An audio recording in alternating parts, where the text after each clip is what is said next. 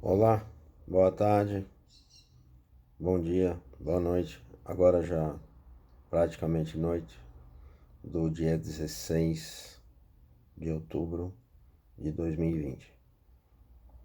Hoje mais um breve capítulozinho do que eu venho chamando de a ciência da Constituição Federal de 88. E nessa abordagem de hoje, procurei fazer um pequeno recorte com os donos do poder de Raimundo Faoro.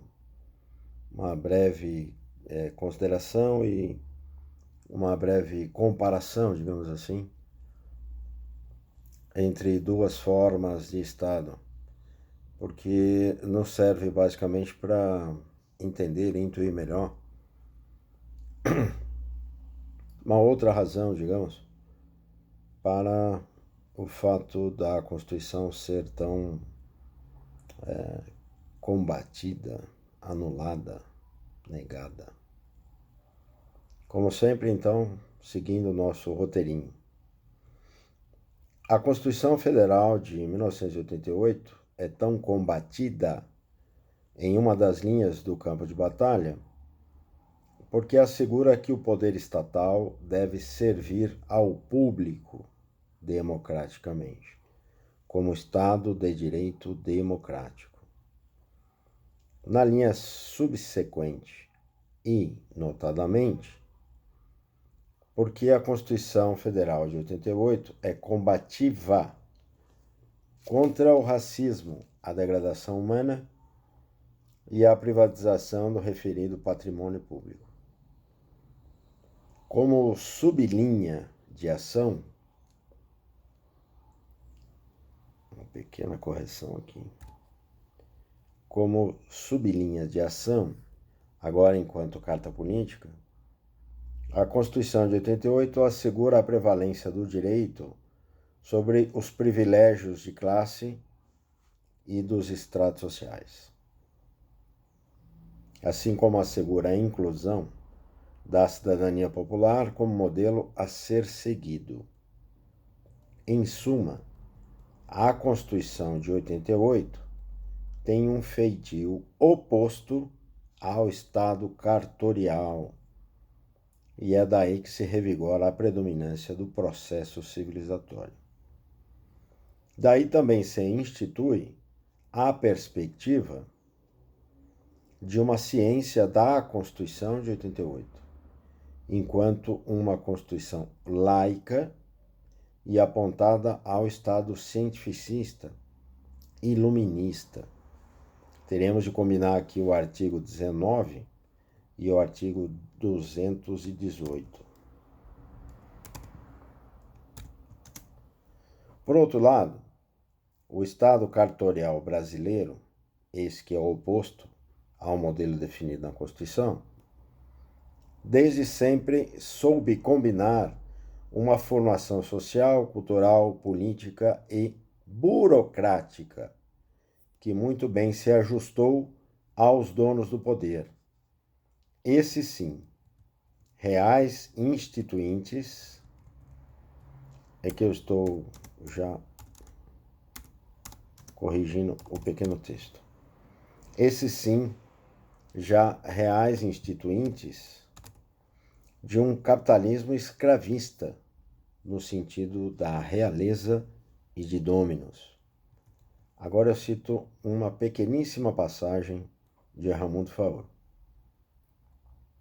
Estado patrimonial já com direção pré-traçada, afeiçoado pelo direito romano. A velha lição de Maquiavel, que reconhece dois tipos de principado, o feudal e o patrimonial, visto o último nas suas relações com o quadro administrativo, não perdeu o relevo e a significação. O reino tem um dominus. O sistema patrimonial prende, entre aspas, os servidores numa rede patriarcal, na qual eles representam a extensão da casa do soberano, da Casa Grande contra a senzala.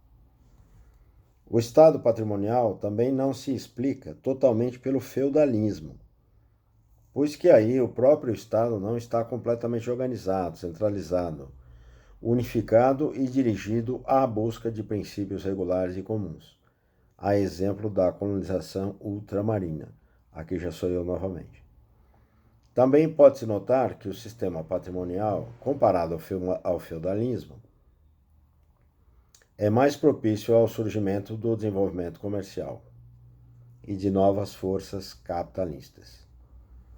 Por isso disse mais acertadamente que o Estado patrimonial não equivale ao Estado absolutista, e a nenhuma de suas fases ou faces, ou seja, não se trata de uma leitura fácil ou descomplicada, simplificada e comparativa de um certo mandarinato, baronato, shogunato e tantos outros tipos semelhantes.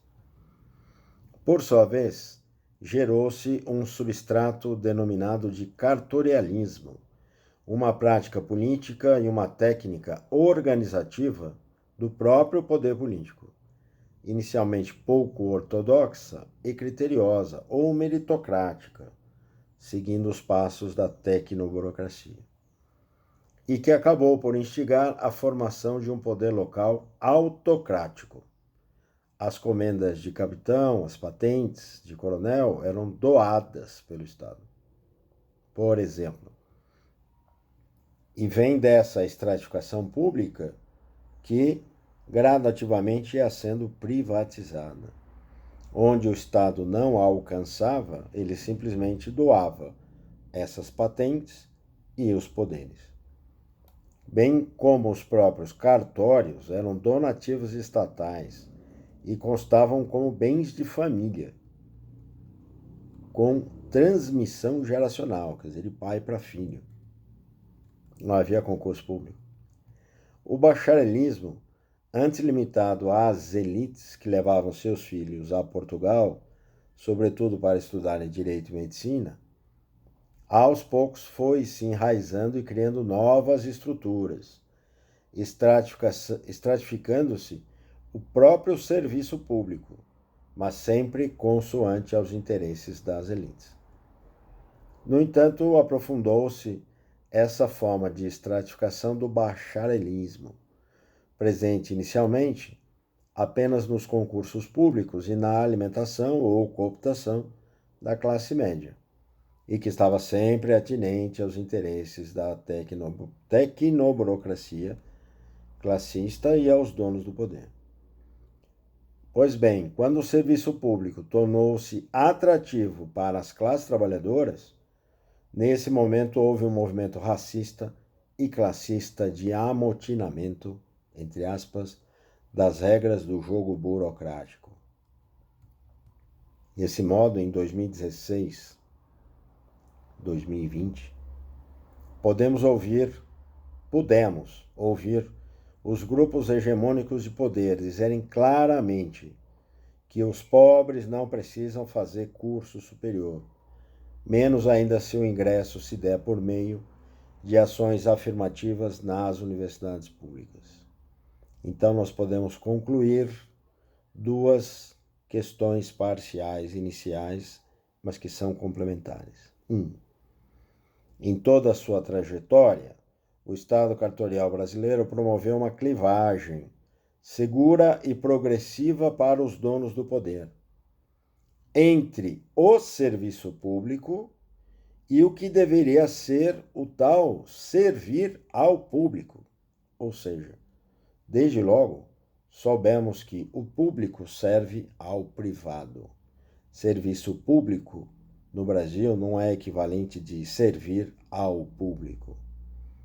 O que definitivamente nunca aprendemos na história e na política é o próprio direito romano de que fala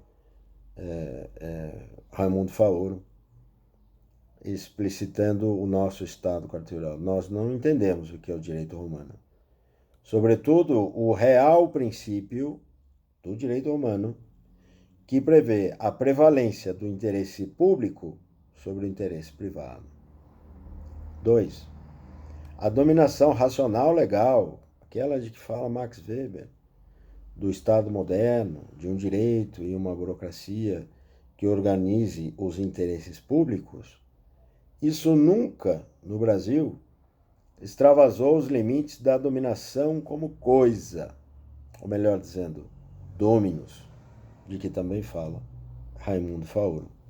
É por isso que a Constituição de 88 é tão combatida, exatamente porque é combativa contra esse tipo de estrutura de cristalização, esse tipo de estratificação em que uma tecnoburocracia se apodera do poder público e passa a servir apenas aos donos do poder, os grupos hegemônicos do poder e, obviamente, às classes dominantes.